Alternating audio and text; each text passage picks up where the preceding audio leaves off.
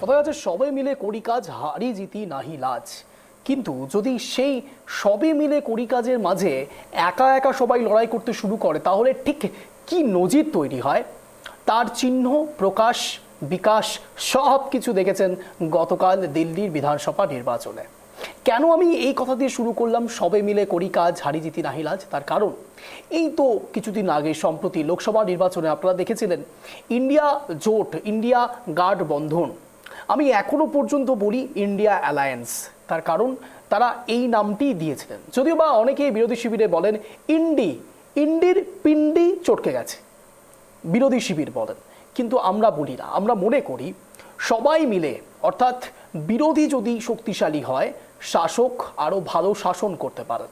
আর ঠিক সেই জায়গায় বিরোধীরা নিজেরাই নিজেদের সঙ্গে লড়াই করে মরছেন। কেন বললাম? তার কারণ দিল্লির বিধানসভা নির্বাচনে আপ এবং কংগ্রেস দুজন আলাদা আলাদা লড়েছেন, দুজনেরই দিল্লির দখল চাই। কংগ্রেস লড়তে চাইছেন তো আপ লড়তে চাইছেন না, আপ লড়তে চাইছেন তো কংগ্রেস লড়তে চাইছেন না। প্রশ্ন ওঠে এখান থেকেই, মাঝখান থেকে ডিভিডেন্ড কে পেলেন, লাভ কে পেলেন, প্রফিট কে জেনারেট করলেন? বিজেপি, গেরুয়া শিবির। 27 বছর পর দিল্লির মসনদে, দিল্লির দিলে গেরুয়া। আর ঠিক সেখান থেকেই প্রশ্ন ওঠে আপ এবং কংগ্রেসের সমীকরণ ঠিক কি হলে পরে আজ এরকম হতো না, বা দিল্লিতে গেরুয়া এবারও আসতে পারতেন না। এবার সেই সমীকরণকে ঘিরে বাংলার নতুন নয়া নানান সমীকরণ তৈরি করছেন শাসক দল, কেন্দ্রের শাসক দল। ঠিক শুনছেন, গেরুয়া শিবির। ইতিমধ্যেই শুভেন্দু অধিকারী থেকে শুরু করে সুকান্ত মজুমদার, প্রত্যেকের গলায় একই রকম সুর। তারা বলছেন 25-এ দিল্লি রাজধানী, 26-এ বাংলা দখল। আর ঠিক সেখান থেকেই আপ, কংগ্রেস এবং আন্না হাজারে। কেন বলছি বলুন আন্না হাজারের কথা? যার হাত ধরে রাজনীতিতে প্রবেশ, রাজনীতিটা ভালো করে শিখলেন অরবিন্দ কেজরিওয়াল, সেই অরবিন্দ কেজরিওয়ালই যা কথা বলে শুরু করেছিলেন ইন্ডিয়া এগেনস্ট করাপশন, তারই নীতির বিরুদ্ধে কাজ করতে শুরু করলেন, এমনটা খোদ বলছেন আন্না হাজারে। আমি প্রথম প্রতিবেদন আপনাদের সামনে রাখবো। নমস্কার, আমি অঞ্জন, আপনারা দেখছেন ট্রাইব টিভি বাংলা। এখন ঠিক ঘড়ি কাটা সন্ধ্যে 7টা। প্রথম প্রতিবেদন আপনাদের সামনে, তারপর আসছি বিশদ আলোচনায়। দেখুন। चुनाव लड़ते समय उम्मीदवार का आचार शुद्ध होना, विचार शुद्ध होना, जीवन निष्कलंक होना। দুর্নীতি বিরোধী লোকপাল আইন প্রণয়ন করতে অনশনে বসেছিলেন আন্না হাজারে। দেশ বিদেশ থেকে সমর্থন পেয়েছিলেন তিনি। তার জেদের সামনে শেষ অবধি মাথা নোয়াতে হয়েছিল কেন্দ্রের তৎকালীন ইউপিএ সরকারেরও। লোকপাল বিল প্রণয়নের পরই অনশন প্রত্যাহার করেছিলেন অশীতিপর সমাজকর্মী। তখনই আন্না হাজারের সঙ্গী হয়েছিলেন অরবিন্দ কেজরিওয়াল। আন্দোলন শেষে আন্না হাজারের রাজনীতিতে অংশ না নিলেও নতুন রাজনৈতিক দল গড়ে তুলেছিলেন অরবিন্দ কেজরিওয়াল। ঝাড়ু হাতে দুর্নীতিমুক্ত দেশ গড়ার ডাক দিয়ে দিল্লিতে ব্যাপক সাফল্য পেয়েছিলেন কেজরি। 10 বছর পর দিল্লির ভোটে কার্যত ধরাশায়ী অরবিন্দ কেজরিওয়াল ও তার দল আপ। আপের হারের পর এভাবেই প্রতিক্রিয়া শোনা গেল আন্না হাজারের গলায়। चुनाव लड़ते समय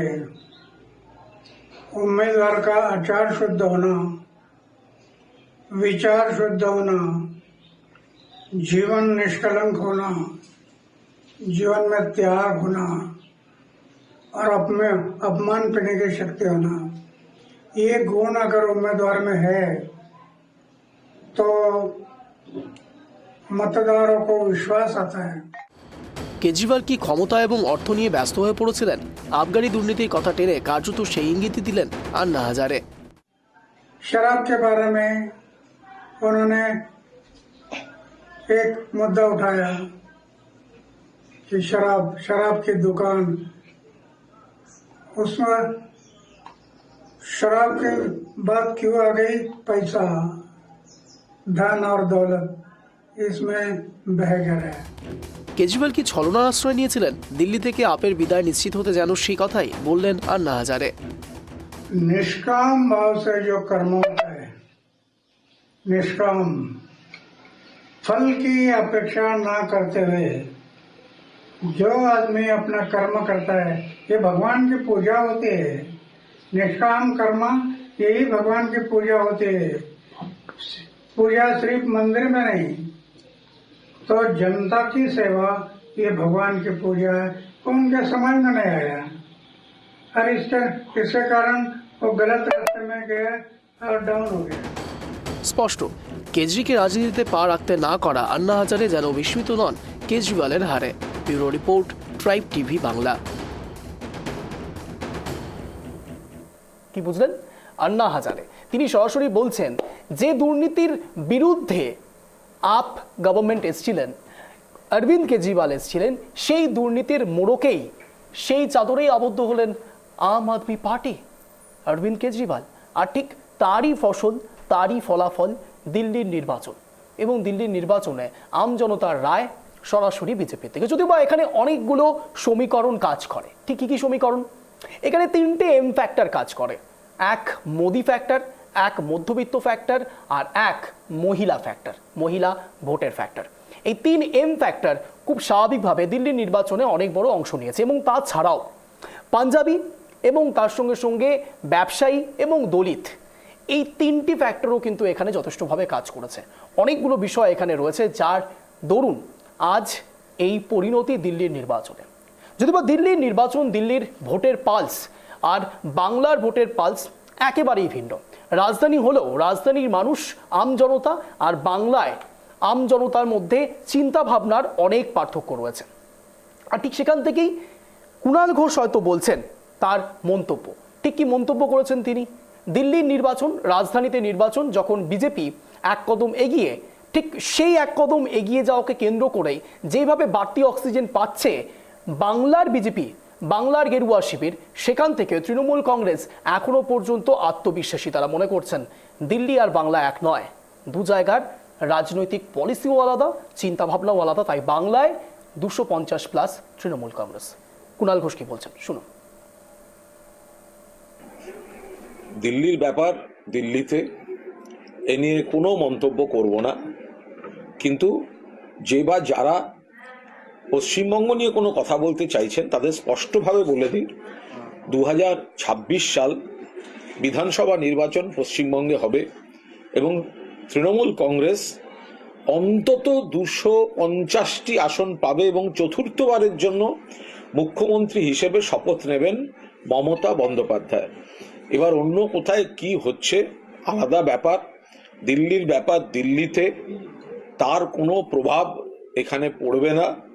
এখানে মানুষ উন্নয়ন, সম্প্রীতি, ঐক্য যেভাবে বাংলা চলছে, ফলে চতুর্থবারের জন্য মমতা বন্দ্যোপাধ্যায় 250-র বেশি বিধায়ক সংখ্যা নিয়ে রাজ্যে, বাংলায় তৃণমূল কংগ্রেস আবার চতুর্থবার সরকার গঠন করবে।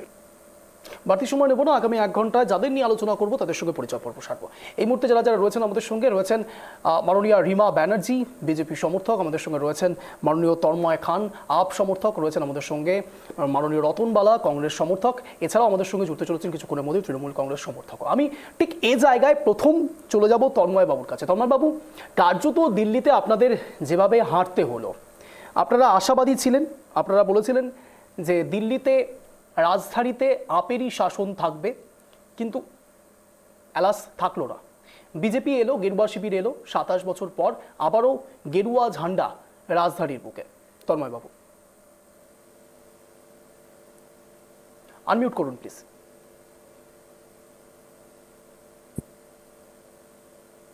হ্যাঁ, আমার আওয়াজ শোনা যাচ্ছে? স্পষ্ট বলুন। বেশ, সর্বপ্রথম আমি আমাদের বিজেপি দল এবং তাদের কর্মীদেরকে অনেক অনেক কংগ্রেচুলেশন জানাই আমাদের এন্ড থেকে, যে ওনারা 27 বছর পর দিল্লিতে আবার সরকার গঠন করতে পেরেছেন। টাফ ফাইট দিয়েছেন আর সেই হিসাব দিয়ে সরকার গঠন করেছেন, সেটার জন্য আমাদের এন্ড থেকে অনেক অনেক কংগ্রেচুলেশন। সেকেন্ডলি আমি এই কথাটা বলবো যে আপনারা হয়তো বারবার করে বলছেন আমরা সরে গেছি, আমরা একদম শেষ হয়ে গেছি। এটা একদমই ভুল কথা। দিল্লির জনতা আমাদেরকে সাইলেন্ট গার্ডিয়ান হিসাবে কিন্তু অপোনেন্টে বসিয়েছেন। আবার 22টা সিট আমরা, 22-23টা সিট আমরা আবার আমাদের লোক বিধানসভাতে পেয়েছি, দিল্লি বিধানসভাতে। তো 22টা সিট আমরা আবার পেয়েছি। সো এইটার মানে এই নয় যে আমাদের উন্নয়নের কাজ বা আমরা যে এর জন্য আমরা পলিটিক্সে এসেছিলাম। আজ কালকে বোধহয় আপনারা শুনেছেন অরবিন্দ স্যার বলেছিলেন যে মানুষের প্রতি যে সমাজ সেবাটা, সেটা কিন্তু কোনোদিনও থামছে না আর থামবেও না। আমরা এমনি করে আরো এগিয়ে যাব আর পরবর্তীকালে আরো আমরা কাজ করে যাব মানুষের জন্য। আন্না হাজারের বক্তব্য শুনেছেন আপনি? শুনেছি। কি কি শুধু মনে আন্না হাজারে কেন, অনেক জনের না না এই ক্ষেত্রে আন্না হাজারের বক্তব্য অত্যন্ত প্রাসঙ্গিক, তাই জন্য জিজ্ঞেস করছি। বাকি বক্তব্য আপনি শুনতেই পারেন, কিন্তু আন্না হাজারের বক্তব্য কেন শুনতে বলছি, তার কারণ আন্না হাজারে যে মন্তব্য করেছেন, অন্তত অরবিন্দ কেজরিওয়ালের এগেনস্টে যে মন্তব্য করেছেন, তা কি আদৌ ফলপ্রসূ, আদৌ কি আপনি মেনে নেবেন? দেখুন, উনি অনেকই সিনিয়র একজন, আর ওনার ওয়ার্ডস আর অবভিয়াসলি আমাদের কাছে সবসময় সম্মানজনক, কিন্তু এটা তো আজকের থেকে নয়, এটা অনেকদিন ধরেই উনি আমাদের এগেনস্টে। মানে অনেকদিন ধরে কি করছেন? অরবিন্দ কেজরিওয়াল দুর্নীতি করছেন? একদমই ভুল কথা এটা। আচ্ছা, আপনি যে বলছেন যে অরবিন্দ কেজরিওয়াল দুর্নীতি করছেন, আপনি কি এটা প্রুফ না না আমি বলছি না, ডোন্ট থিঙ্ক দ্যাট, আমি বলছি না, একবারও নয়, না না না না না না ধর্মবাবু, আমি বলছি না, আন্না হাজারে বলছেন। যে দুর্নীতি করেছেন এই কথাটা কোথায় প্রুফ হয়েছে? আপনি আন্না যে হাজারে statement বলছেন। দিয়েছেন, এই মুহূর্তে যে স্টেটমেন্টটা দিলেন সেটা কোথায় প্রুফ হয়েছে, সেটা কি আপনি আমাকে না বলতে পারবেন? আমি কোনো স্টেটমেন্ট দিইনি, ডোন্ট থিঙ্ক দ্যাট। আমি বলছি কি করেছে, দুর্নীতি করেছে, আন্না হাজারে বলছেন। আন্না হাজারে কি বলছেন আরেকবার শোনাই, তাহলে আপনি বুঝতে পারবেন আমি স্পেসিফিক্যালি কি বলতে চাইছি। আপনি যেটা ভাবছেন যে আমি বলছি, আমার এখানে কোনো সে নেই, আমি বিজেপি থেকে বিলং করি না বা অন্য কোনো পার্টি থেকে বিলং করি না। আমি শোনাচ্ছি আপনাদের, শুনুন আন্না হাজারে কি বলছেন। शराब के बाद क्यों आ गई? पैसा, धन और दौलत इसमें बह गया है। लोगों को भी एक मौका मिला कि ये चारित्र के बारे में बोलता है और दूसरे बारे में शराब की बात बता। मैं पहले से बताया है, आचार को शुद्ध रखो, विचार को शुद्ध रखो, उनके दिमाग में नहीं रहा। शराब के बाद क्यों आ गई? पैसा, धन और दौलत इसमें बह गया है। लोगों को भी एक मौका मिला कि ये चारित्र के बारे में बोलता है और दूसरे बारे में शराब की बात बता। मैं पहले से बताया है, आचार को शुद्ध रखो, विचार को शुद्ध रखो, उनके दिमाग में नहीं रहा। তন্ময়বাবু এটা ডিপ ফেক ভিডিও নয়, এআই ভিডিও নয়, আমি বলছি না, আন্না হাজারে বলছেন। আমি তো এটাই তো আমি আপনাকে বলছিলাম, এই যে আপনারা এই যে পয়সা কোথায়, কত টাকা কি পয়সা আপনারা এতদিন পর্যন্ত, এত ইডি সিবিআই, এই কিছুদিন আগে এসিবি বোর্ড ইনফ্যাক্ট কেজরিওয়াল স্যারের বাড়িতে গেছিলেন, কোথা থেকেও কি এক পয়সাও কি বরামত করতে পেরেছেন আমাদের সেন্ট্রাল এজেন্সি? করতে তো পারেননি। তো এমনি করে তো অনেকজনেরই অনেক কথাই বলেছেন, কিন্তু আমরা যেভাবে মানুষদের কাছে আমাদের উন্নয়নের মডেল দিল্লির সামনে রেখে এসেছি, আর সেটাতে মানুষ আমাদেরকে ভোট দিয়েছে, এমন নয় যে জাস্ট হয়তো 2.2% ভোটের ডিফারেন্স আছে। আপনি যদি ভালো করে একটু পুরো পোলটাকে একটু ভালো করে দেখেন, আমরা বোধহয় 43.6% আছি, বিজেপি বোধহয় 45.8% অর সামথিং। 2.2 আপনারা 43-তে রয়েছেন, 43-তে রয়েছেন আর বিজেপি 45-এ রয়েছে। ওই তো বললাম 2% এর ডিফারেন্স টু বি এক্সাক্ট। তো মানুষ যে আমাদেরকে একদম সরিয়ে দিয়েছে এটা কিন্তু একদমই নয়। হ্যাঁ, আমরা হয়তো মেজরিটি পাইনি, ভুলবেন না, আমরা কিন্তু বারবার যতবার এই এর আগে যে 3বার যে বিধানসভা হয়েছে আমরা কিন্তু যথেষ্ট মেজরিটি পেয়েছি। তো সেই ক্ষেত্রে যে মানুষ যে একদমই আমাদেরকে ভুলে গেছে এটা একদম ভুল কথা। আর আমরা অপোনেন্টে বসবো, আর একটা ভালো অপোনেন্ট হয়তো দেখিয়ে দেবো যে আমরা কিভাবে এজ এন অপোনেন্ট আমরা কিভাবে আমরা দিল্লির সাথে, দিল্লি মানুষের পাশে আমরা দাঁড়াবো। তমনবাবু, আপনার আপনার কথা অত্যন্ত কনস্ট্রাকটিভ লাগছে, এবং তার সঙ্গে সঙ্গে এটা বলতেই হচ্ছে, বিরোধী শিবির হিসেবে অরবিন্দ কেজরিওয়াল প্রথম অবস্থাতেই ছক্কা মেরেছেন। কেন আমি বলছি, তার কারণ কোনো রকম ইভিএম এর দোহাই নয়, কোনো রকম রাজনৈতিক নেতৃত্বদের কোনো স্ক্যাম নয়, কোনো কিছু নয়, কোনো কিছুর দিকে তিনি আঙুল তোলেননি। তিনি সরাসরি দিল্লির সাধারণ মানুষের উদ্দেশ্যে তার মন্তব্য পেশ করেছেন। তিনি সরাসরি বলেছেন যে তিনি একজন সঠিক বিরোধী হিসেবে কাজ করবেন, এবং বিজেপি যে ম্যানিফেস্টোতে কথাগুলো বলেছেন তার সব নিশ্চয়ই পূরণ করবেন। অর্থাৎ অত্যন্ত কনস্ট্রাকটিভ একজন বিরোধী হিসেবেই তিনি কথাটা বলেছেন, তা একেবারে প্রকাশ্যে আসছে। কিন্তু প্রশ্ন হচ্ছে তন্ময়বাবু, এই যে ইন্ডিয়া জোট, ইন্ডিয়া শরিক, বারবার করে যেখানে বলা হচ্ছিল যে এই ভারতবর্ষে লোকসভা নির্বাচনের আগে বিজেপির একেবারে এগেনস্টে, বিপরীতে দাঁড়িয়ে রয়েছে ইন্ডিয়া জোট, কোথায় গেল ইন্ডিয়া জোট? আজ যদি কংগ্রেস এবং আপ দুজনে একসঙ্গে লড়াইটা করতেন, তাহলে কি আজকে এই দিনটা দেখতে হতো তন্ময়বাবু? এবং তার সঙ্গে সঙ্গে সাধারণ মানুষের মধ্যে কি মনে হয়, এর রিয়াকশন আসেনি, এর কোনো রকম রিপারকেশন সাধারণ মানুষের মধ্যে পড়েনি তন্ময়বাবু? দেখুন, সাধারণ মানুষের মধ্যে এইটার কোনো রিপারকেশন পড়েছে কি না পড়েনি সেটা হয়তো ভোটের রেজাল্টটা খুবই ক্লিয়ারলি জানিয়ে দিয়েছে, যাতে আর এক্সট্রা কিছু বলার নেই। কিন্তু আমরা এটা ডে ওয়ান থেকে ক্লিয়ার ছিলাম যে দিল্লি ইলেকশনস আমরা পুরোপুরি নিজেদের দমে লড়বো আর এককভাবে লড়বো।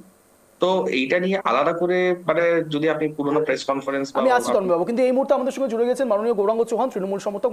গৌরাঙ্গবাবু, আপনাকে স্বাগত ট্রাইব টিভি বাংলায়। তন্ময়বাবু, কন্টিনিউ করুন।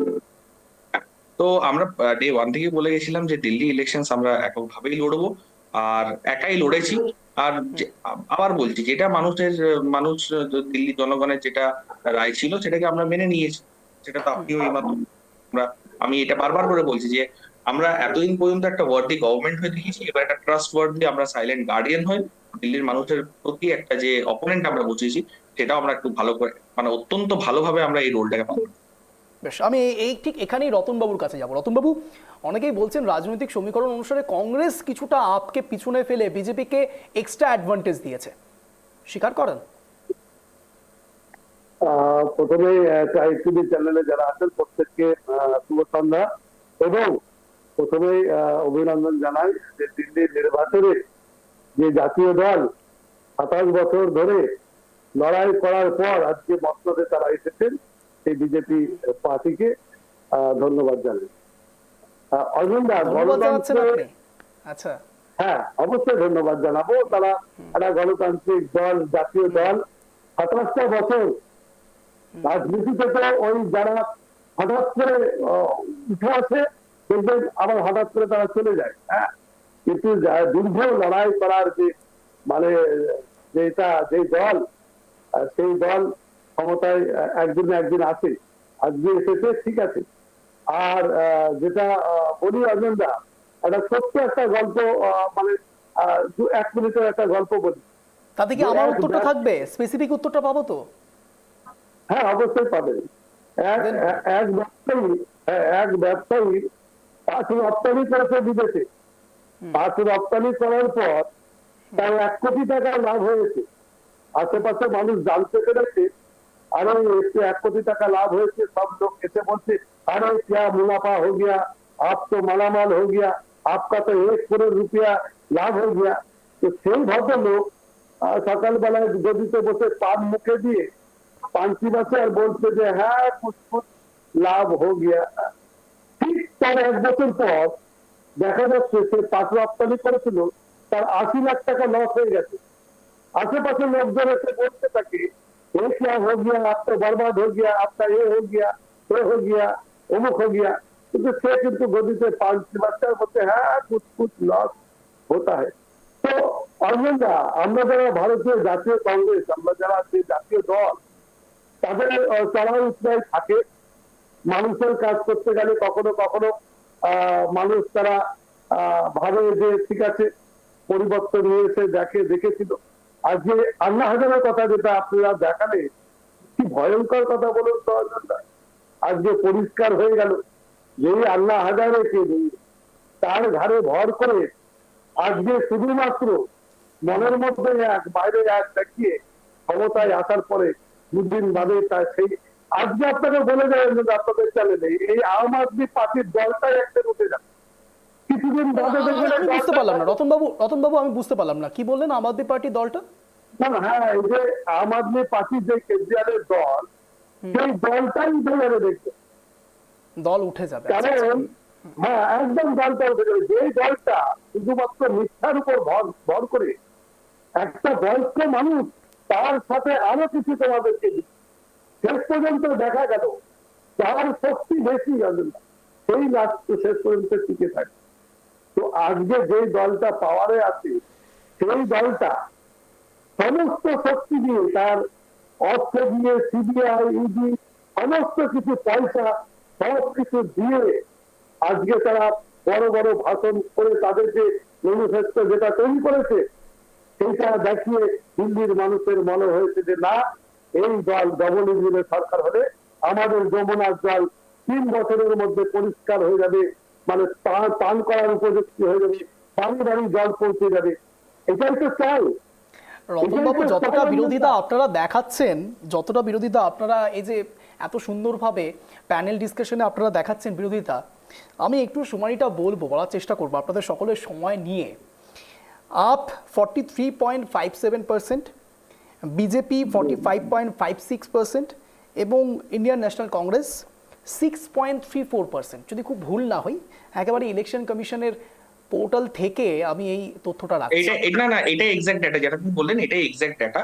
আর লাস্ট ইয়ার বোধহয় কংগ্রেসের 4.3% ভোট ছিল, এবারে বোধহয় 6%-এ এগিয়েছেন।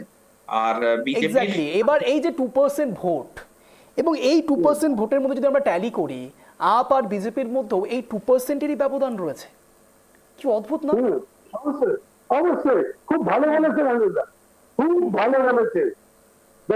এই যে 2% 3% ভোটে আজকে আম আদমি পার্টি, আজকে আপনারাই অনেকবার বলেছেন যে ইন্ডিয়া জোটের মুখ, উনি বলেছিলেন যে মমতা ব্যানার্জি ইন্ডিয়া জোটে, আজকে ইন্ডিয়া জোটটা যদি বেশি সবচেয়ে কেউ আঘাত করে থাকে, তিনি হচ্ছে মাননীয় মমতা ব্যানার্জি, পশ্চিমবাংলার মুখ্যমন্ত্রী। তিনি কেজরিওয়ালকে সাথে নিয়ে আজকে ইন্ডিয়া জোটের বিরোধিতা করেছে। আজকে অঞ্জনদা ও অর্থাৎ আপনাদের তত্ত্বাবধানে থাকলে পরে সবকিছু রাইট, আর যদি আপনাদের তত্ত্বাবধানে কেউ থাকতে না চায় তাহলেই তারা খারাপ কাজ করছে। অর্থাৎ এই জায়গায় মমতা বন্দ্যোপাধ্যায় হ্যাঁ না, আমার ইন্ডিকেশনটা হয়তো আপনি ধরতে পারেননি। আমি কি বলতে চাইছি আপনি হয়তো ধরতে পারেননি রতন বাবু। আমি বলতে চাইছি এই 2% ভোট, এটাই কি ট্রান্সফার হলো বিজেপির কাছে? না না, এটা এটা এটা এটা ঠিক ঠিক বলেননি আপনি। ট্রান্সফার কোন দিকে হয়েছে, মানুষ যেদিকে পেরেছে সেদিকে কেউ কাউকে ভোট ট্রান্সফার করতে পারে না। মানুষ যেটা মনে করেছে আপনি মানছেন তো মানুষ ম্যান্ডেট দিয়েছে, তাহলে বিজেপির এগেইনস্টে আর কিছু বলারই নেই। আমি এখানে সরাসরি রিমাদির কাছে যাব। রিমাদি, রতনবাবুর কথায় মানুষই ম্যান্ডেট দিয়েছে, আবার অদ্ভুতভাবে ক্যালকুলেশনে 2% দেখা যাচ্ছে। আপনি দুটোকে কিভাবে স্পেসিফিক্যালি ডেসক্রাইব করবেন? আমাকে বললেন? হ্যাঁ রিমাদি, আপনাকেই বলেছি, বলুন। হ্যাঁ, সকলকে শুভ সন্ধ্যা।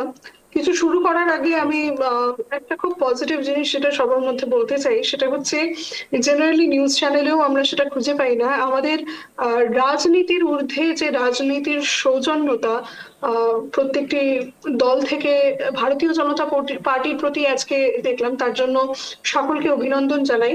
এবং প্রত্যেকটি মানুষকে এই রাজনৈতিক সৌজন্যতাটা মাথায় রাখা সত্যিই উচিত। এবার ঘুরে আসি আজকের যে বিষয়বস্তুর উপরে। আপনি যে কোয়েশ্চেনটা করেছেন তার আগে আমি একটা কথা বলি, একটা ছোট্ট লাইন, যে চোখের কোণে ক্ষমতার নেশা সর্বহতেও শ্রেষ্ঠ ধন, তার কাছে কি রাজার মুকুট, ধুলায় লুটায় সিংহাসন। ঠিক এরকমই একটা পরিস্থিতি হয়েছে আমাদের দিল্লিতে।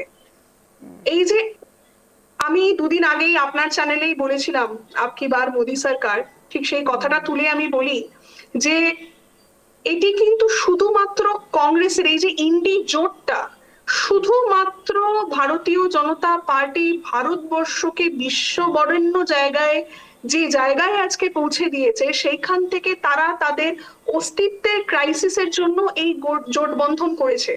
কিন্তু আপনি যদি দেখেন, যারা প্রত্যেকটি রাজনৈতিক দলের নিজস্ব একটা এথিক্স থাকে, একটা নিজের ভ্যালু থাকে, এবং প্রত্যেকটি মানুষ যারা নিজ স্তরে দলের মধ্যে রয়েছে, তারা খুব ভালো করে বুঝেছে যে দিল্লিতে বসে থাকা যে কটি মাথা শুধু এই জোটটি তৈরি করেছিল মোদিজির বিরোধিতা করার জন্য, অ্যাকচুয়ালি শুধু নিজেদের একটা রাজনৈতিক ক্ষমতা এখানে প্রসারণ করার জন্য। কিন্তু সাধারণ মানুষ বা যারা ধরে নিন নিম্নবর্তী যারা দলের কর্মীরাও রয়েছে, তারা কিন্তু কখনোই এই ইন্ডি জোটটাকে মেনে নেয়নি। কারণ এতগুলো এথিক্যাল জায়গা থেকে আপের তো নিজস্ব কোনো, আমি তো মনে করি তাদের নিজস্ব কোনো এথিক্সের জায়গাই ছিল না, যার জন্য প্রতিবার দুবার করে যখন দিল্লির সাধারণ মানুষ তাদেরকে ফ্রিতে ইলেকট্রিসিটি, বলার সুযোগ দেবো, এডুকেশন দেবো, ফ্রিতে সবকিছু দেবো, ফ্রিতে ট্রান্সপোর্ট দেবো, ফ্রিতে জল পরিষ্কার করে দেবো, অ্যাকচুয়ালি ওই অতিরিক্ত মানে বলে না যে অতিরিক্ত ফ্রি করতে গিয়ে আলটিমেটলি কোথায় টাকাটা সরে গেল। আপনি যদি ভালো করে দেখেন, আপের যারা শুরুর দিকে লিডারশিপ ছিল তারাও ছেড়ে দিয়ে চলে গেল, এবং ঠিক ইলেকশনের আগে 7 থেকে 8খানা তাদের বিধায়ক যারা ছিল তারাও রেজিগনেশন দিয়ে বেরিয়ে গেল। কারণ এই দলটির নিজস্ব যে এথিক্যাল জায়গা থেকে একটা চিন্তা ভাবনা, সেটাই পুরোপুরি নষ্ট হয়ে গেছে। এবং এইবারে যদি ভারতীয় জনতা পার্টির আপনি ম্যানিফেস্টোটার উপরে লক্ষ্য করেন, তাহলে আপনি দেখবেন যেই পরিবর্তন দিয়ে বিশ্ববরেণ্য জায়গায় আজকে ভারতবর্ষ পৌঁছেছে, ঠিক সেই জায়গাগুলি কিন্তু দিল্লিতে আমাদের ভারতীয় জনতা পার্টি মানুষের কাছে পৌঁছে দিতে চেয়েছে।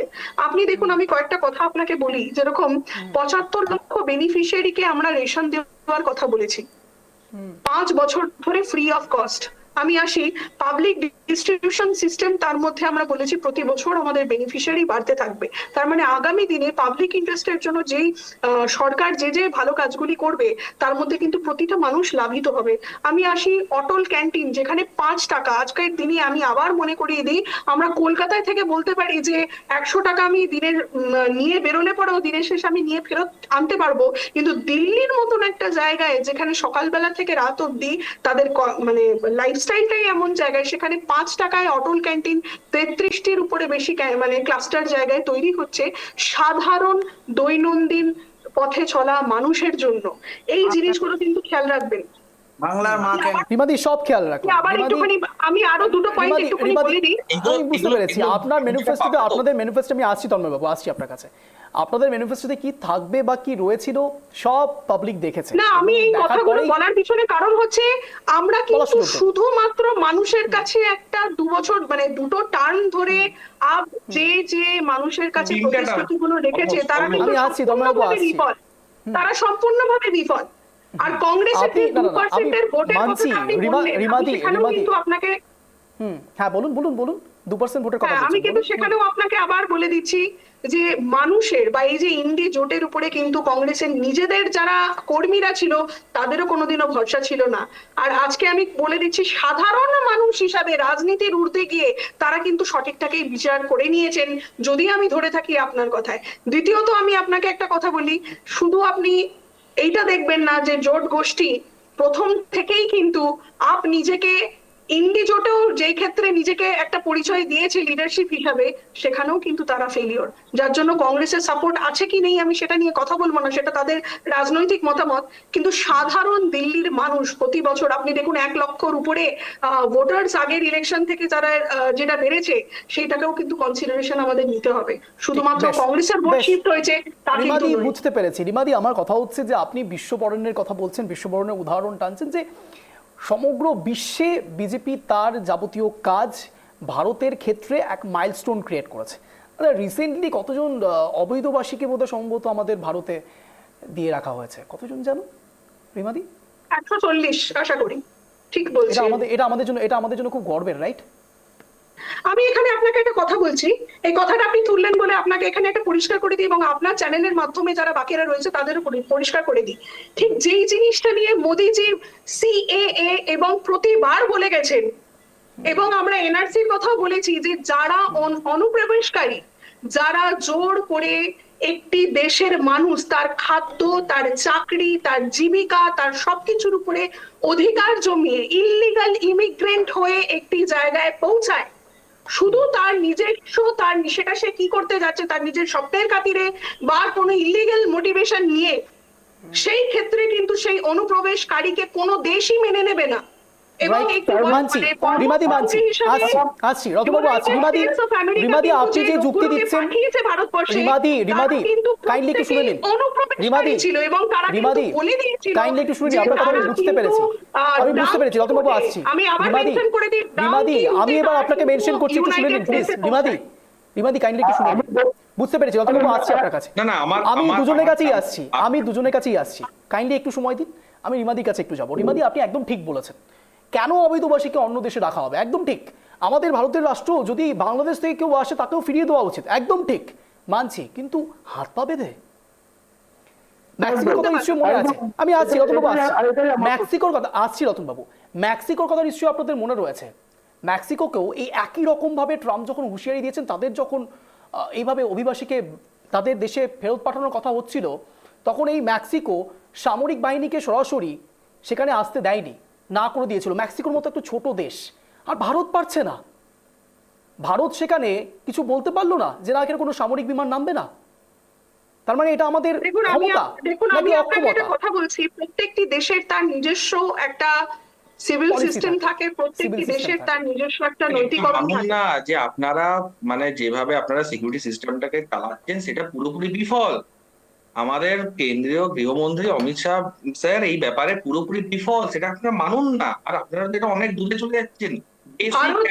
আপনারা কি কি দিচ্ছেন? আপনি যে এই যে বললেন আপনাদের ম্যানিফেস্টো হেন তেন, এই যে আপনারা বলুন, এই যে গুজরাটে আপনাদের যে এতদিন ধরে সরকার চলছে, আপনি গুজরাট কেন, আপনি বাংলায় আসুন, আপনি শুনুন, বাংলায় একটু আসুন। সংক্ষেপে আমি দুজনের কাছে আসবো, কিন্তু তার আগে আমাকে গৌরাঙ্গবাবুর কাছে আসতে হবে। ম্যাডাম, আপনি বাংলায় আসুন তন্ময় ভাইয়া। একটু আমি কিন্তু বাংলায় আবার বোমা আপনাকে কারখানা বলছি, দেখুন।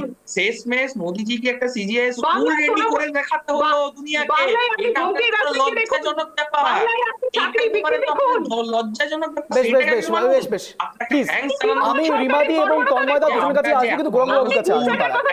গৌরাঙ্গবাবু যখন একদিকে আপ কার্যত ধরাশায়ী হচ্ছে, তখন বারবার করে বলা যেতে পারে যে অক্সিজেন, এক্সট্রা অক্সিজেন পাচ্ছে বাংলার বিজেপি, এবং ইতিমধ্যে তো শুভেন্দু অধিকারী এবং সুকান্ত মজুমদার তারা ঘোষণাও করে দিয়েছেন যে তারাই বাংলাতে 26-এ আসছে, অর্থাৎ 25-এ রাজধানী দখল, 26-এ বাংলা দখল।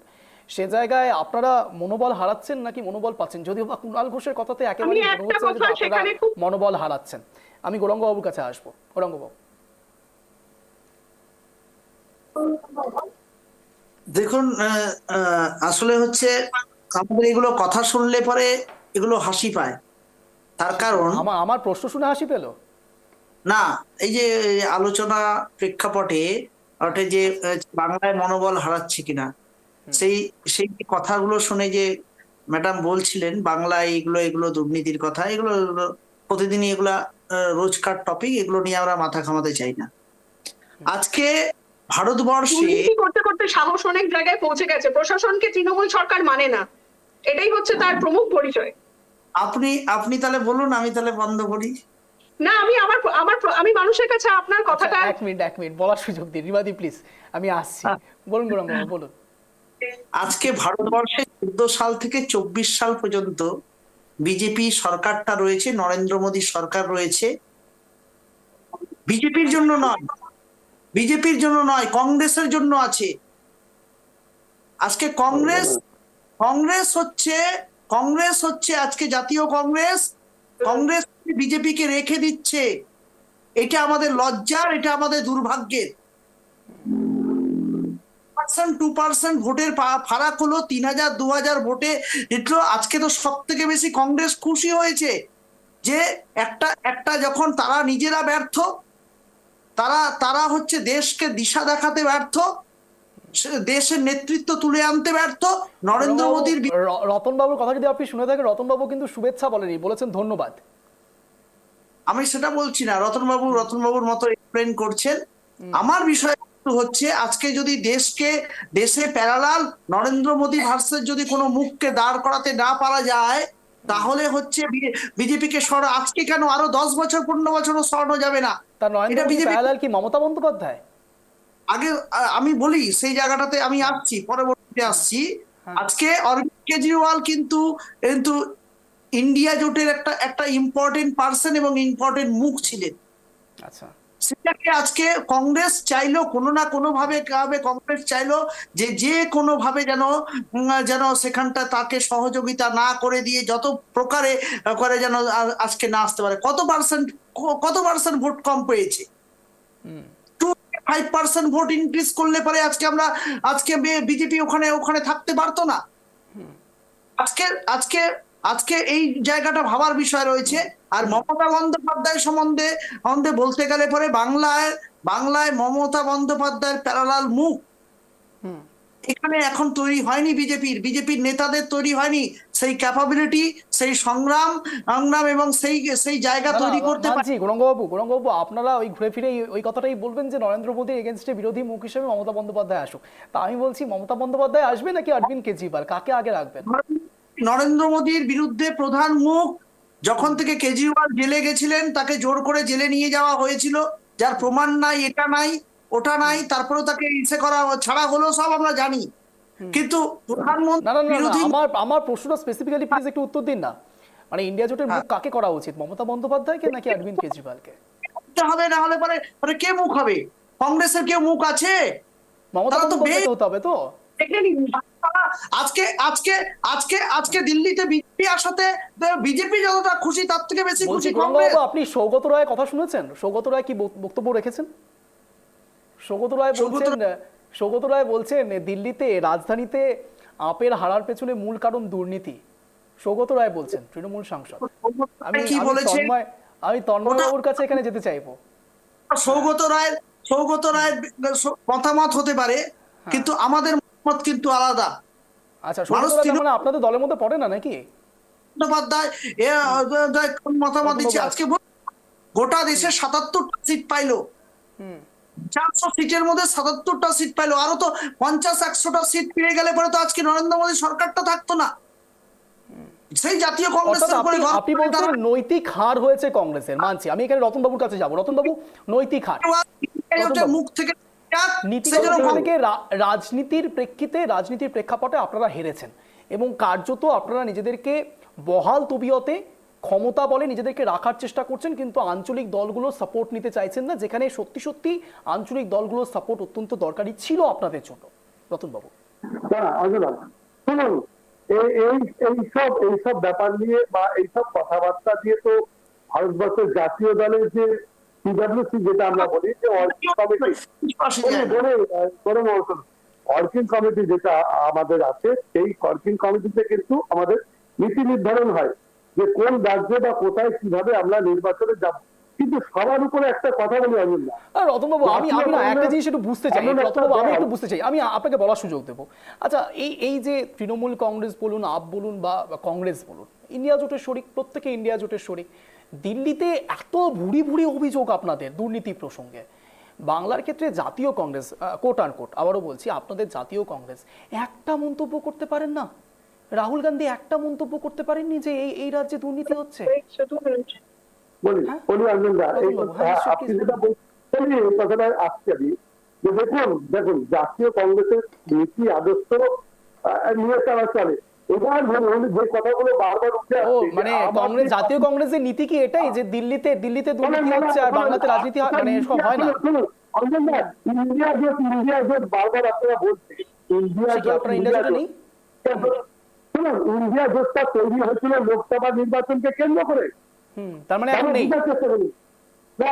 বলি, লোকসভা নির্বাচনকে কেন্দ্র করে ইন্ডিয়া জোটটা তৈরি হয়েছিল, তার প্রেক্ষাপটটা ছিল সম্পূর্ণ আলাদা। কিন্তু আমি বলুন যে একটা দল দুর্নীতি করবে পশ্চিমবাংলায়, একটা দল দুর্নীতির কালিতে তার মুখ টুক কালি হয়ে যাবে, তার দলের সাথে সেই ইন্ডিয়া শরিক ছিল থেকে তাকে সঙ্গে নিয়ে আমরা যদি নির্বাচন করি, সাধারণ মানুষের মধ্যে কি প্রভাব পড়বে? জাতীয় দল ঠিক, একদম ঠিক বলেছেন, ঠিক বলেছেন। তাহলে 26শে বিধানসভার আগে রাহুল গান্ধী আসছেন তো বাংলায়? অবশ্যই দেখতে হবে। আজকে সেই ভয়টা পেয়েছে মাননীয় মুখ্যমন্ত্রী পশ্চিমবাংলায়, কারণ তারা দেখেছে আম আদমি পার্টির যে অবস্থা হয়েছে দিল্লিতে, পশ্চিমবাংলার ক্ষেত্রে কিন্তু সেই অবস্থা হতে চলেছে। এই ক্ষেত্রে যদি মনে করে থাকে বিজেপি পার্টি মনে করে থাকে যে তাহলে তৃণমূল কংগ্রেসের সমর্থক আসছে না, বিজেপি পশ্চিমবাংলাতে, শুনুন, পশ্চিমবাংলাতে বিজেপি ক্ষয়িষ্ণু তা শুরু হয়েছে, আরো হবে। কারণ পশ্চিমবাংলায় ধর্ম নিরপেক্ষ শক্তি যে আছে, সেই ধর্ম নিরপেক্ষ শক্তি কিন্তু আগামী দিনে কিন্তু এখানে কিন্তু তার শক্তি বৃদ্ধি করবে। এখানে সেই ভয়টা পাওয়ার পরে মমতা ব্যানার্জি কিন্তু বুঝতে পেরেছে যে অরবিন্দ কেজরিওয়াল যে দিল্লি পাশাপাশি পাঞ্জাব, দুটো রাজ্যের মুখ্যমন্ত্রী আম আদমি পার্টি। আপনারা পোলারাইজেশন ভোট করেননি কোনোদিনও? দেখুন অঞ্জনদা, আমি করেছেন না করেননি? রতনবাবু, করেছেন না করেননি? পোলারাইজেশন ভোট করেছেন কি করেননি? করেননি? একটা কথা বলবো, আমরা নীতি আদর্শ নিয়ে চলি। এই পার্টির জাতীয় কংগ্রেসের হার নয়, তারা শূন্য হয়ে আছে, তারপরে বড় বড় কথা বলে। জাতীয় কংগ্রেসের হার কি জাতীয় কংগ্রেসের জিত, সেটা দিল্লির মানুষ দিয়ে দিয়েছে। জাতীয় কংগ্রেস হেরেছে বলে আপনারা দুর্নীতি করবেন, আপনাদের বিরুদ্ধে কথা বলতে পারবেন না। অবশ্যই বলতে পারবেন।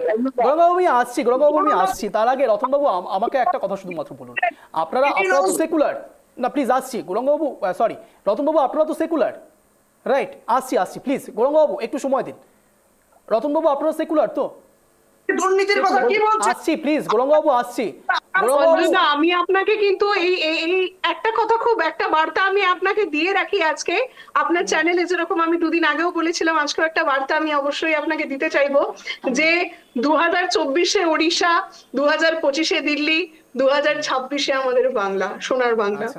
ভারতীয় জনতা পার্টি কিন্তু সর্বোচ্চভাবে বহুমতে মানুষের জীবনে আসবে এবং পশ্চিমবাংলায় আগামী দিনে আপনি নিশ্চিত থাকুন প্রতিটা ঘর প্রতিটা বাড়ি এই দুর্নীতির সরকারকে বাদ দিয়ে প্রত্যেকটা বাড়িতে কিন্তু এই পদ্ম বিরাজমান হবেই হবে। আজ আমি আপনার এই চ্যানেলে বলে গেলাম, আমি কথা দিচ্ছি আগামী 2026-এ আপনি এই ভিডিওটাই আবার চালিয়ে বলবেন। রিমাদি কিভাবে হবে অপারেশন লোটাস করে? আমি আসছি, গৌরাঙ্গবাবু আসছি। গৌরাঙ্গবাবু কেন এতটা রেগে যাচ্ছেন আপনারা? কেন? এখন ভোট হয়নি, 26-এর নির্বাচন এখন অনেক দূরে রয়েছে। আমি আমি আমি রিমাদির কাছে আসছি। তখন আইন পিছন দিকটা ঘুরে তাকাতে পারেন না? উনার প্রধানমন্ত্রী পিভি নরসিংহ জেলে গেছিলেন, উনার ডি রাজা জেলে গেছিলেন, ওনাদেরই নিজের নিজের সেই সময় তো আপনারাও তাদের সঙ্গে ছিলেন। আমার মনে হচ্ছে প্রতিবার আমিও বোধহয় ঝগড়ার মধ্যে নিজেকে মানে যুক্ত করে ফেলছি। আমার মনে হচ্ছে কোনো একটা জায়গাতে আপনাদের কথার মাঝখানে তন্ময় বাবু একটু ডিপ টাইপ হচ্ছেন। আমি একটু তন্ময় বাবুকে বলার সুযোগ দেবো। তন্ময় বাবু, আরে না আমি আসছি প্লিজ। গৌরাঙ্গ বাবু সবাইকে বলার সুযোগ দিচ্ছি, তন্ময় বাবুর সঙ্গে ডিপ টাইপ করা হচ্ছে প্লিজ। আমি একটু তন্ময় বাবুর কাছে আসছি। তন্ময় বাবু কি মনে করছেন বাংলা, যদিও বা আপনারা দিল্লিতে এখন স্ট্রং বিরোধী হিসেবে কাজ, রিমাদি প্লিজ, রিমাদি আমি আসছি, গৌরাঙ্গ বাবু আসছি প্লিজ। আমি দুজনকেই বলছি প্লিজ থামুন, না হলে আপনাদের ফেরা ডাউন করতে বাধ্য হবো প্লিজ। রিমাদি, আমি দুজনের ফেরা ডাউন করতে বলছি। বেশ, এখন আপনারা যত কিছু বলছেন অডিয়েন্স কিছু শুনতে পাচ্ছেন না, কিচ্ছু শুনতে পাচ্ছেন না। কেন বলছেন এভাবে কথা ব্যয় করতে হয় না, করতে নেই। গৌরাঙ্গবাবু আমার কথা শোনা যাচ্ছে? রিমাদি, গৌরাঙ্গবাবু আপনারা এখনো বলছেন, বিশ্বাস করুন আপনাদের কথা যাচ্ছে না। আমি অলরেডি বলে দিয়েছি ফেরা ডাউন করতে। কেন এইভাবে কথা ব্যয় করছেন? গৌরাঙ্গবাবু এইভাবে কথা ব্যয় করবেন না প্লিজ, কথা ব্যয় করবেন না। সুকান্ত মজুমদার কি বলেছেন একবার শোনাই, তারপর আসছি। আমি তন্ময়বাবুর কাছে আসবো, কারণ তন্ময়বাবু অনেকক্ষণ বলার সুযোগ পাচ্ছেন না। আমি সুকান্তবাবুর কাছে যাবো। সুকান্তবাবু কি বলছেন শুনুন। দেখুন, তৃণমূলের জন্য বার্তা দেওয়ার কিছুই নেই, কারণ তৃণমূলের সমর্থন এবং সমর্থন না করা দুটোই হচ্ছে দিল্লির ক্ষেত্রে কোনো ধর্তব্যের মধ্যেই আসে না, কারণ এখানে তৃণমূল কংগ্রেস বলে কিছু নেই। আর তৃণমূল কংগ্রেসের জন্য একটা বার্তা তো খুব স্পষ্টভাবে চলে গেল দিল্লির বাঙালিদের কাছ থেকে, যে সমস্ত বাঙালিরা পশ্চিমবঙ্গের বাইরে থাকে, যাদের চোখ খুলে গেছে, যারা গোটা ভারতবর্ষে কি চলছে দেখতে পাচ্ছে, কারণ দিল্লিতে কি হচ্ছে তারা তো দেখতে পাচ্ছে, আর পশ্চিমবঙ্গে কি হচ্ছে দেখতে পাচ্ছে। পশ্চিমবঙ্গের বাঙালিরা যারা স্টেটের মধ্যে আবদ্ধ, তারা অনেক সময় দেখতে পান না। স্বাভাবিক গ্রামের মানুষ নিজের পেটের রুজি রোজগারে ব্যস্ত, তারা কোথায় দেখবে? সেই বাঙালি, যে বাঙালির চোখ খুলে গেছে, যারা গোটা দেশের উন্নয়নকে দেখছে, তারা কিন্তু মমতা বন্দ্যোপাধ্যায় বা তৃণমূল কংগ্রেসের সাথে কিন্তু নেই। এমনকি আপনারা যদি ব্যাঙ্গালোরে বসবাসকারী বাঙালির সাথে কথা বলেন, মহারাষ্ট্রে বসবাসকারী বাঙালিদের সাথে, আমি সব জায়গায় কথা বলছি, কোনো জায়গার বাঙালি মমতা বন্দ্যোপাধ্যায়ের অবস্থানকে সমর্থন করে না। বাংলায় এই বার্তা যাওয়ার শুধু অপেক্ষা মাত্র, এবং সেই জন্য আমরা এই প্রবাসী বাঙালি যারা আছে তাদের মাধ্যমে আগামী 26-এর নির্বাচনে আমরা বলবো যে আপনাদের আত্মীয় স্বজন বন্ধু বান্ধব যারা আছে তারা সবাই বাংলার বাঙালিদেরকে বার্তা দিন যে মমতা বন্দ্যোপাধ্যায়ের আমলে, মমতা বন্দ্যোপাধ্যায়ের নেতৃত্বে বাংলা ক্রমশ পেছোচ্ছে। যতই মুখে আমরা এগিয়ে বাংলা বলি বা বিশ্ব বাংলা বলি, বাংলা আসলে নিঃস্ব বাংলা। কথায় আছে কাদাতে নাকি হাতি পড়লে চামচিকাতেও লাথি মারে, শোনা কথা। তা বলছি যে এই মোমেন্টে গৌরাঙ্গবাবু আপনি আবার বলতে শুরু করে দিলেন, কি আশ্চর্য। প্যানেল ডিসকাশন চান না, খালি আপনারাই বলে যাবেন নাকি? তন্ময়বাবুর কাছে আসতে দেবেন না আমায়? তন্ময়বাবুর কাছে যাবো। তন্ময়বাবু, গৌরাঙ্গবাবু আমি আসছি। হ্যাঁ, দিল্লিতে জিতেছে, এখানে মমতা ব্যানার্জি বলেছিলেন চোরের মায়ের বড় গলা। আমার কেন জানি না মনে হচ্ছে নিজের দলের লোকের উপরেই ফিরে পড়ে। আচ্ছা, আপনারা কি মনে করেছেন ট্রাইব টিভি বাংলাটা কলতলা? আমি আসছি গৌরাঙ্গবাবু, আসছি। ট্রাইব টিভি বাংলাটা কি আপনাদের মনে হচ্ছে কোনো কারণে কলতলা ঝোলা লাগিয়ে রেখেছেন? তো আমি এখানে তন্ময়বাবুর কাছে যাবো প্লিজ। গৌরাঙ্গবাবু, আমি এতক্ষণ কাইন্ডলি বলছিলাম, কেন? আমার তো মনে হয় আপনারা যথেষ্ট বুদ্ধিজীবী, আমি বিশ্বাস করি। কেন এরকম করছেন? আমি তন্ময়বাবুর কাছে যাবো। তন্ময়বাবু, কার্যত অপারেশন লোটাস চালান বিজেপির পক্ষ থেকে, আপনারা কি অপারেশন ব্রুম চালাবেন? সম্ভাবনা আছে? তন্ময়বাবু, আপনার ভয়েসটা একটু কাট হয়ে গেছিল, আপনি কি কোশ্চেনটা আরেকবার রিপিট করতে পারবেন? হ্যাঁ নিশ্চয়ই, প্লিজ। আমি বলছি যে অপারেশন লোটাস চালায় মাঝে মাঝে, অনেক সময় দেখা গিয়েছে কেন্দ্র সরকারের পক্ষ থেকে। তো বলছি যে আপনারা কি অপারেশন ব্রুম চালানোর কোনো সম্ভাবনা রয়েছে? অবভিয়াসলি আপনি যদি এটা একটু ভালো করে দেখেন, তাহলে লাস্ট 10 বছরে যে আমি আপনাকে 1 মিনিট সময় দিচ্ছি, আপনাকে 1 মিনিট সময় দিচ্ছি, স্ট্যান্ড পয়েন্ট রাখার সুযোগ দিচ্ছি। ধন্যবাদ। আপনার 1 মিনিট সময় শুরু হচ্ছে এখন, আনইন্টারাপ্টেড, বলুন। তো ব্যাপারটা হচ্ছে যে আপনারা এই জিনিসটাকে হয়তো ভালো করে দেখেছেন যে লাস্ট 10 বছরে আম আদমি পার্টির সরকার যেভাবে উঠে এসছে, এটা বলা হচ্ছিল যে পলিটিক্যাল বেসড একটা নতুন স্টার্ট আপ, একটা একটা মাইটি স্টার্ট আপ। তো ঠিক আছে, আমরা একটা সেটব্যাক পেয়েছি, এটাকে আমরা বারবার করে বলছি যে আমরা এটাকে মেনে নিয়েছি, মানুষের যে রায় সেটাকে আমরা খুব হাসি মুখে মেনে নিয়েছি। তা বলে এই নয় যে আমরা খালি এখানে চুপ হয়ে যাচ্ছি, আরো পাওয়ারফুল ভাবে আমরা ফেরত আসবো। আর যেটা আমি এই ইন্টারভিউতে একদম মানে স্টার্টিং এই বললাম যে দিল্লির জনতা আমাদেরকে কোথাও সাইডে রাখেনি, দিল্লির জনতা আমাদেরকে অনেকটাই ভালোবাসা দিয়েছেন, আমাদেরকে যে সাইলেন্ট গার্ডিয়ানের যে রোলটা দিয়েছেন অ্যাজ অ্যান অপোনেন্ট, আমরা সেখানটায় যে রোলটা প্লে করব, হয়তো ভারতবর্ষে এই টাইপের বা আমরা যেভাবে আমরা অ্যাজ অ্যান অপোনেন্ট আমরা রোলটা প্লে করব, সেটাও কিন্তু একটা নতুনত্ব আপনারা দেখতে পারবেন। কেন কি আমরা যখন সরকার গঠন করলাম, একটা নতুনত্ব সরকার আমরা দেখিয়েছি কিভাবে উন্নয়ন করা যেতে পারে, সে স্কুলস হোক, সে এডুকেশন হোক, সে এনি পয়েন্ট অফ ভিউতে যেটা আপনারা চাইবেন একটা বেসিক অ্যামেনিটিস একজন দরকার, আর সেটাই আমরা তুলে ধরবো। সব মানছি। আমি আমার সহকর্মীদের কাছে একটু একটা বার্তা দিতে চাই, আমার পিসিআর এর সহকর্মীরা রয়েছেন, আপনাদের জন্য একটা খুব সেগমেন্ট একটু কাটবার চেষ্টা করব, যেখানে অতিশী মারলেন আমরা ঠিক 5টার সময় দেখিয়েছিলাম বুলেটিনে, যেখানে অতিশী মারলেনা রীতিমতো নাচানাচি করছেন, যেখানে অরবিন্দ কেজরিওয়াল এবং মনীষ সিসোদিয়া হেরে যাচ্ছেন, সেখানে অতিশী মারলেনা নাচানাচি করছেন। আমরা জানি না এটা নেপথ্যে ঠিক কী কারণ রয়েছে, আমরা সেই ছবিটা অবশ্যই দেখানোর চেষ্টা করবো পিসিআরকে বলে। আমি ঠিক এখানে গৌরাঙ্গবাবুর কাছে যাবো। গৌরাঙ্গবাবু, আপনার 1 মিনিট সময় শুরু হচ্ছে এখন, আনইন্টারাপ্টেড, বলুন। বললাম যে যে যে ঘটনা ওটা দিল্লিতে ঘটেছে ওটা অনভিপ্রেত, এবং বাংলার মানুষ দিল্লির মানুষ অবশ্যই টের পাবে যে কোনো ধরনের হচ্ছে উন্নয়ন হবে না। 5 বছর ধরে দিল্লি আরো পিছিয়ে যাবে, কারণ ডবল ইঞ্জিন সব জায়গাতেই ব্যর্থ হয়েছে।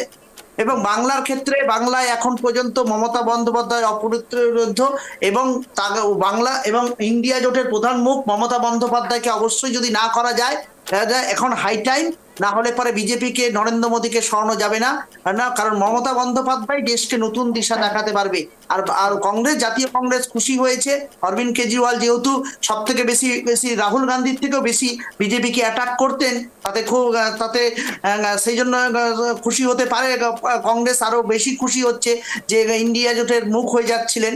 আর এদিকে তো ওরা কংগ্রেসের সেটিং থাকার জন্য আজকে বিজেপি ক্ষমতায় আছে, কিন্তু নরেন্দ্র মোদীকে হারাতে পারবে মমতা বন্দ্যোপাধ্যায়, এটা আমার বিশ্বাস।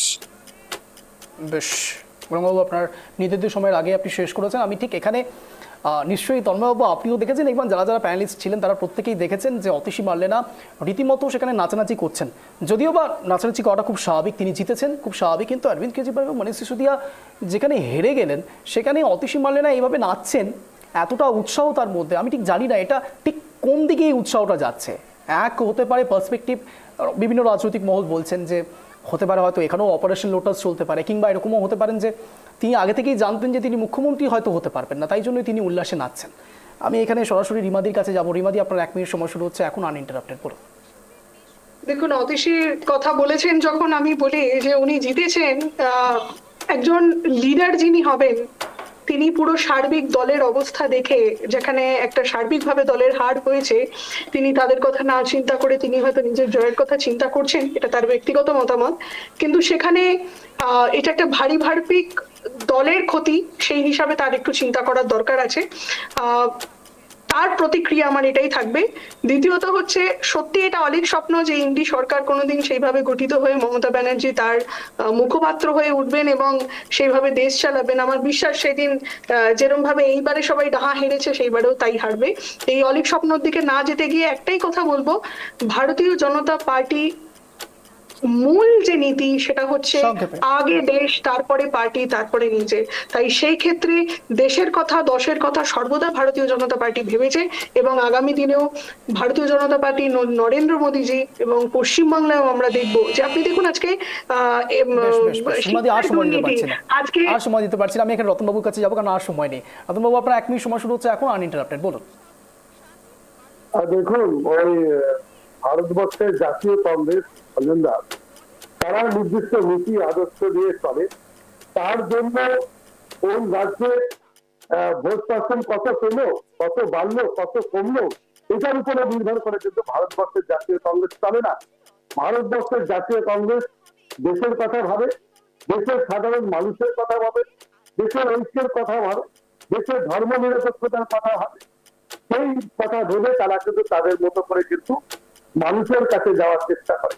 কখনো কখনো আঞ্চলিক দলগুলো তারা আজকে যেটা দেখাচ্ছে যে আম আদমি পার্টি দিল্লিতে সাফ হয়ে গেল, কিন্তু আমরা মনে করি দিল্লিতে যে পরিবার মানুষ আছেন, বিজেপিকে যারা পাস করেছেন এবং বিজেপির বিরুদ্ধে যে সমস্ত মানুষগুলো ভোট দিয়েছেন, আগামী দিনে আমরা চাইবো তারা যেন জাতীয় কংগ্রেসে ফিরে আসে। এবং আমার বিশ্বাস, আমাদের বিশ্বাস যে তারা জাতীয় কংগ্রেসে ফিরে আসবে, কারণ তারা আজকে বুঝতে পেরেছে যে অরবিন্দ কেজরিওয়াল শুধুমাত্র ধাপ্পাবাজি দিয়ে মিথ্যা বলে তাদেরকে তাদের দলে নিয়ে বেশ তারা আর সময় দিতে পারছি না, একেবারে অন্তিম রাউন্ডে রয়েছি। রতনবাবু, আপনাদের প্রত্যেককে, যারা যারা জুড়েছিলেন তাদের প্রত্যেককে অনেক ধন্যবাদ রাইট টিভি বাংলা আসার জন্য, সন্ধ্যে 7টা নিউজ শোতে জয়েন করার জন্য। যে কথা বলে আজকে স্পেশাল শো শেষ করবো একই কথা বলে, সবে মিলে করি কাজ, হারি জিতি নাহি লাজ। আমরা প্রত্যেকে যদি সত্যি সত্যি ইন্ডিয়া জোটের দিকে 1% হলেও ভরসা রাখতাম, তাহলে হয়তো অন্য কিছু ক্যালকুলেশন হতো। কিন্তু ইন্ডিয়া জোটের শরিকদের ক্ষেত্রে তারা নিজেরাই নিজেদের থেকে বিচ্যুত হয়ে রয়েছেন। অমর আব্দুল্লাহ তিনি পর্যন্ত বলছেন এই কথা, তিনি বলছেন আপনারা নিজেরাই লড়াই করে করে মরে যান। অর্থাৎ বুঝতেই পারছেন কোন জায়গায় এসে এই পর্যায়ক্রমিক অবস্থান তৈরি হয়েছে। এখন ঠিক এটাই দেখার যে 26-এর নির্বাচনে, বিধানসভা নির্বাচনে বাংলার ক্ষেত্রে ঠিক কোন সমীকরণ উঠে আসে, কুণাল ঘোষের সমীকরণ নাকি বিজেপির আবারও বাংলা দখলের লড়াই। কথা বলে আজকে স্পেশাল শো শেষ করবো। এরকমই টান টান শো দেখার জন্য প্রতিদিন সন্ধ্যে 7টায় নজর রাখুন ট্রাইব টিভি বাংলার পর্দায়। নমস্কার।